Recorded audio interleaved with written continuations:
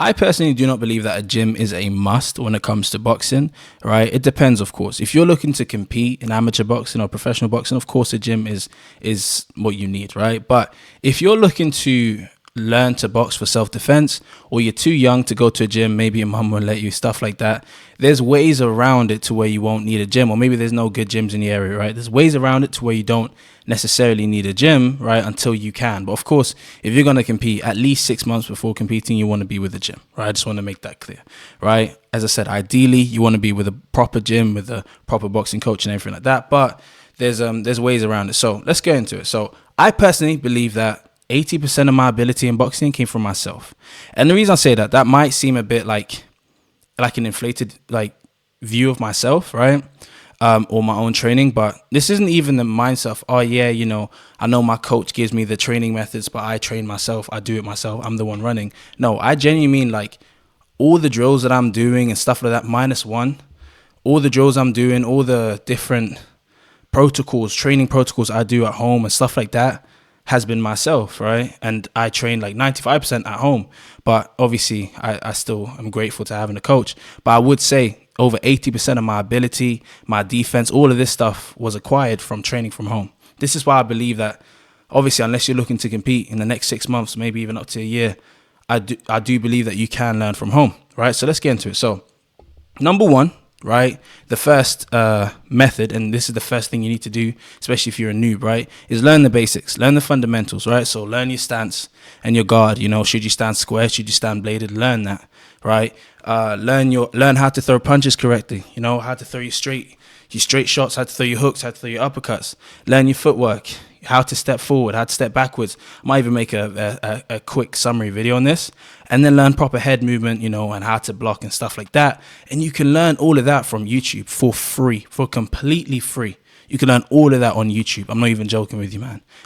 There's so many, people like Tony Jeffries covers it. There's other channels, I can't even think of them right now, but there's tons of channels, right, that provide you with a bunch of boxing help as if you had a coach. You have to understand, back in the day, there was no YouTube for you to learn on, right? For you to learn from. And even when there was YouTube, there wasn't this amount of boxing coaches on the platform, whereas now there are, right? So you can learn from YouTube the basics. Of course, you're not getting anybody critiquing you or anyone teaching you for your body type thing, but you can definitely get this advice. The only thing is, when you're looking at this advice, you're going to have to filter through a bunch of fluff, right? And why I say that is because a lot of these people do repeat content, recycle content. So they make a new video, about the same thing, but therefore add something different to tweak it. And it's not really what you needed, right? So there's a bunch of that. But if you can look through the fluff, there's a bunch of advice for you. Obviously, if you do not want to look through the fluff, check out my pugilist training program. In that program, I give you guys step-by-step from level 0 to help you guys learn the basics, the fundamentals of boxing, all the way up into the intermediate stages and where I'm at right now. Number 2, the next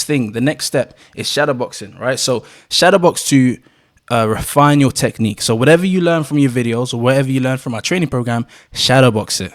Right? Drill it. I mean, for rounds and rounds and rounds of drilling it. You learn your straight punches, shadowbox it. Right? Shadowboxing is probably the single best, greatest training method when it comes to boxing or any other combat sport, apart from maybe grappling, right? But shadowbox. Okay, so shadowbox it, rehearse it. You can do that without a gym, right? But of course, you might develop bad habits because nobody's critiquing you. So make sure you have a mirror. You know what to look out for from all the videos you've been studying or from my training program. And you got a mirror so that you can see how you're boxing, how you're looking when you're throwing your punches, right? For the first bit when I was boxing, my coach would tell me use a mirror or whatever. I wasn't using the mirror. I just shadowbox at home. And I realized I had so many bad habits. And I only realized when I started filming myself, right? And then I said, man, if I can only see this from filming, how am I supposed to know in general, So I was like, oh, you know what? Maybe if I do follow that advice of using the mirror, maybe I'll get a lot better. And lo and behold, I did, right? Because I was able to see those bad habits myself. I was able to critique myself. So definitely use a mirror. You can shadowbox punches, how to punch. You can shadowbox your footwork, just the whole round, just stepping, whatever. And you can shadowbox your head movement, your defense, right? There's different approaches to your shadowboxing. But definitely shadowboxing will help you, right? Number 3 is drills. So your slip rope, your slip bag, your footwork grid, your footwork ladders, whatever. Do these drills, right? I've just outlined 4 drills. I'd say the first 3 are the most important, the slip bag, rope, and footwork grid. But do the drills, right? continue. You see tons of drills on YouTube. And don't just do the drills that you see someone mention on a passing video. Do the drills that they mention, that you see them themselves do, for example, or that is repeatedly mentioned. Then you know it's a good drill, not just a drill to help them recycle and rinse a video topic they've already made before. Or yet again, I've got drills on my training program, right? But do drills, right? It's very, very important. It helps you. I just want to make this clear. When you go to boxing gyms, that's what you're doing. You're doing drills, right? You go to the gym, you're warming up for a bit. Then you might do a group warm up, but you're not learning necessarily boxing yet. Then you might do a bit of like, inside knee or like knee taps, shoulder taps, whatever, to get you like kind of aware of distance, but you're not learning boxing yet. Then you might do some pads, but you're not doing pads with your coach. You're doing pads with other people at the gym, right? You're just doing pads with other people there, right? Depending on the gym you go to. Then you might just hit the bag on your own, right? Your coach might tell you some combinations to do sometimes, but more time you're just hitting the bag on your own, just going through the motions, right? Then you might get some sparring in. So at the gym, you're not even doing all this stuff anyways, right? So this is stuff bonus. This can be for people who already have a gym, right? But just want to get better and better. So do these drills. I'm telling you, continuously drilling will help you advance so much, all right? So drills. And number 4, this one you might not want to hear, because the first 3 was you don't need a gym. Just be on YouTube, right? Search on Google for drills and stuff like that. But the last one is something that you will need other people, basically. Doesn't need a boxing gym, but you definitely need other people, and that is sparring, right? Now, some people might say, don't spar people who aren't boxers. I beg to disagree. My coach didn't really like me to spar with people who weren't at the boxing gym. But personally, I experienced a lot of my growth sparring-wise from sparring my friends, right? People who weren't boxing, people who were novice. All right, people who were beginners, people who were noobs. Some of them, 3 of them had boxed already from other gyms that I already knew of them, so I'd box, whatever. But some of my friends, complete noobs, right? But I still benefited from sparring with them, right? So keep the sparring light for sure, because you don't want the fear factor. You want to learn. You want to be at that part of your training where you're at growth, basically, right? So definitely be, going light, and I mean light, like real light sparring. But sparring most definitely helps, because at the end of the day, you are boxing. That's what you're doing. You're boxing. You can do all the drills you want. You can hit the bags. You can shadow box. You can hit the pads, whatever. But at the end of the day, you're going to be boxing with an individual. You're going to be boxing with somebody, right? So all of it's going to go to nothing if you haven't been practicing with an individual, with a person, with another person, right? So you need to be sparring. That's important. You can get to, with the first 3 things I gave you guys, the learning the basics, the shadow boxing, the drills, you can get from noob to beginner, but you're not going to get further than that. You need to actually be fighting people, right? So sparring people, right? So as I said, it can be your brother. I sparred with my brother.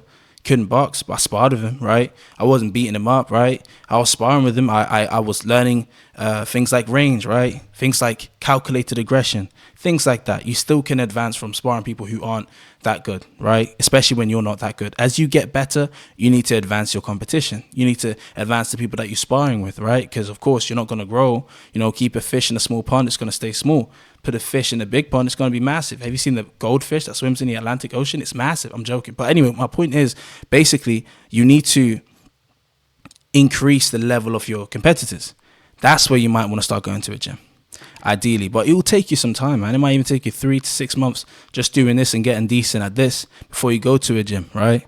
And then when you do go to a gym, that's when you level up. Personally, that's how I saw the gym for the first bit when I started boxing, because I was enthusiastic about training all the time. My gym only opened 3 times a week, right? Then we started going sparring once or twice a week, which was good. So I got like 5 sessions, right? I only spar like 3 to 6 rounds, right? But anyways, so my training ended up being at home. I saw the gym like a place to get critiqued and a place to get sparring partners. That's how I saw the gym. And the rest of it was me at home searching things up, right? Because I was really, really passionate about making sure I got as good as I could, as quick as I could, relatively, whilst learning every single thing, right? So I thought that wasn't enough time. 1.5 hour sessions aren't enough time for me to get better. So I thought, let me train from home. And this is methods that you guys can do, let's say you eventually go to a gym or maybe from home. Also, as already mentioned, my pugilist training program will definitely help make it simple for you guys. But Yet again, there's a paywall there. So you guys can learn this stuff for free. Not all the same stuff, but you can learn stuff for free, most definitely, but searching on YouTube, basically. A bunch of free advice. But if you do want the work done for you and structured for you, and you do want training programs as well with your strength and conditioning, then check out my pugilist training plan. You can get my bodyweight brawler and my armed and dangerous training program as well. It's Flex, and I'm out.